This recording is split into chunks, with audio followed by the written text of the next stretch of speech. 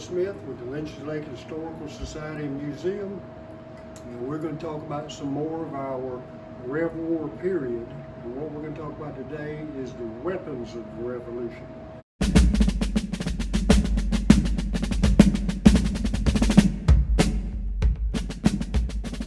And what we have here is a selection of the different types of weapons that were used. And this is hand weapons, not the cannons and this kind of thing. So what we'll show you first is the British Army's common weapon, which Brown Bess musket. It was 75 caliber, shoots a 75 caliber ball, which is 3/4 of an inch in diameter.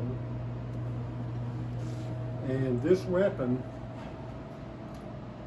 was technically the namesake for assembly line production. That the armorer for the British Army would keep boxes of gun parts, different gun parts.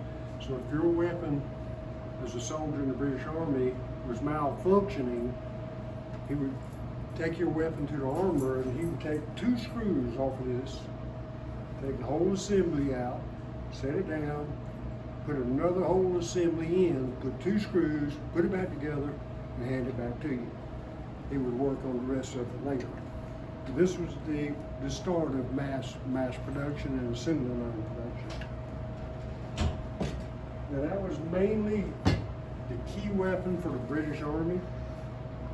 Now naturally, American soldiers and American militia would pick these up, or they were captured if a supply train was captured. So American forces did wind up with British vessels. The key weapon of the American forces was the French Charleville. The Charleville came to American forces through France because France was our ally, but it was still a musket.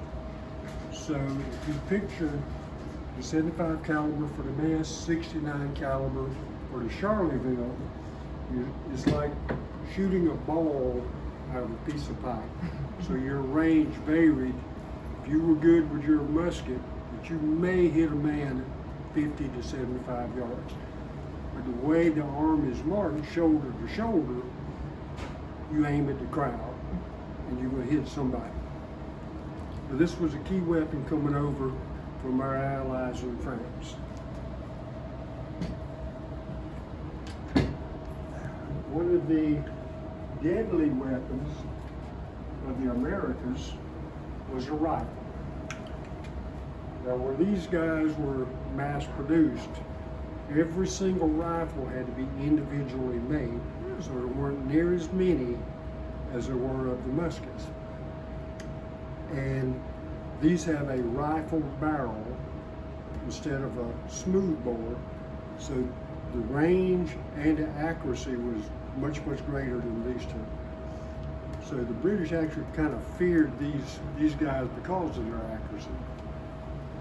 The British Army required the soldiers to be able to load their weapons 6 times a minute, load and fire. Pretty much the same with the Charlevilles. Now with the rifles being a smaller caliber, which is 50 caliber, much smaller than these guys, it took a little longer to load the barrel because the barrel was smaller. You're putting it into a smaller hole. The bullets were carried in a cartridge box or in a haversack, and they would make a paper tube and twist it up or tie it or wax it, put the ball in the bottom of the tube and measure their powder in the top and clip it, bite it off, and load. And like I say, it was a slower load for the rifle than for the muskets because of the size. The shortage of paper during the Revolution was a big problem for the United States. British would send cases and barrels of these bullets already made. All they had to do was issue them to the soldiers. They would be already made. They were made from music books, Bibles, any kind of paper. But we had a shortage of paper in the United States. So a lot of family Bibles disappeared during the Revolution. Everybody thinks, kind of like the Daniel Boone thing and the Mel Gibson thing, that the powder horn was used to load the weapon. Well, we can't say that it wasn't, but you can't control how much you're putting in it. This was for your extra powder to keep it dry.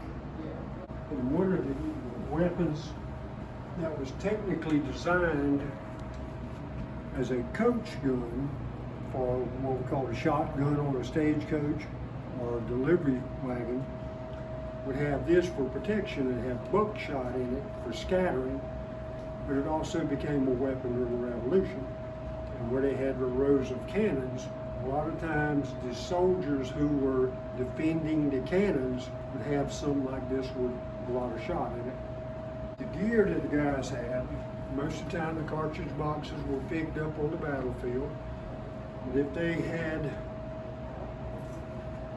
an extra pair of socks or extra shirt, they would have a haversack to keep the extra stockings, put their extra shirt in. They would keep their little bit of change. They would keep their extra powder if they had them, their extra balls for bullets. They would have a knife, which is crudely made. It's blacksmith made. They have some kind of a knife. And most everyone, for lack of a better term, call it a tomahawk. Today we call it a hatchet. But every man would have some kind of a tool / weapon. So when they're on a march and they stop in the evening or at night to set up camp, they may have to clear out brush. They may have to cut up a little bit of wood for firing, for heating up their little bit of porridge.